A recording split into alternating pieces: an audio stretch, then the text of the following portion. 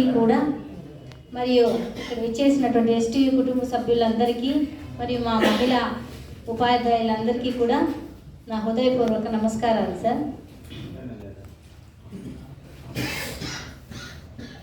2 yearsగా అంటే 2 years back నన్ను STU మహిళా కన్వీనర్గా ఎన్నుకోవడం జరిగింది.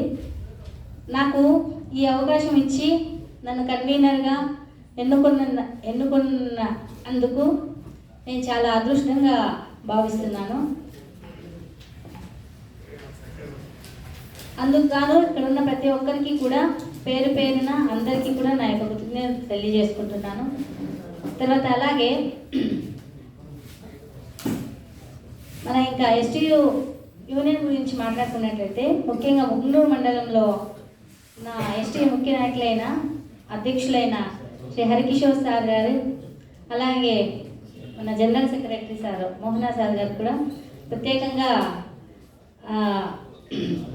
ధన్యవాదాలు తెలియజేసుకుంటున్నాను సార్. ఎందుకంటే ఈ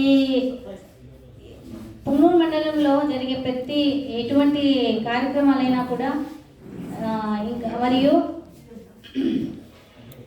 మహిళా అంతర్జాతీయ మహిళా దినోత్సవం కావచ్చు, సావిత్రిబాయి ఫులే కావచ్చు, ఇలాంటి ఏ ప్రోగ్రామ్స్ జరిగినా కూడా మేడం మీరు ఉండండి, మేము ఉంటాం వెనకాల, మేము చూసుకుంటాము అని ప్రతి ఒక్క విషయానికి కానీ ప్రతి ఒక్క ప్రోగ్రాం కానీ ముందుండి ప్రతి ఒక్క దానికి ముందుండి నడిపించారు. వారి యొక్క సహాయ సహకారాలు మాకు ఎంతగానో అందించారు. మేము చేసిన ప్రతి ప్రోగ్రామ్స్లో కూడా అంత ఘన విజయం కావడానికి కారణం వాళ్ళే. ఇక్కడున్న ఎస్టీయూ సభ్యులందరూ కూడా చాలా సహకారాలు అందించారు.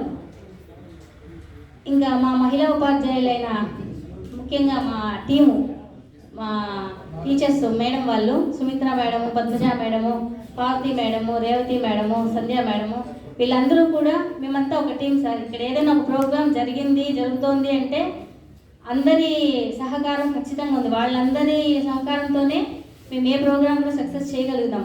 వారి కోఆపరేషన్ లేకుంటే ఏం కూడా చేసిన వాళ్ళం కదా. ఏ సమస్య వచ్చినా అంతే, నాకంటే ముందు వాళ్ళే ఉండేవాళ్ళు.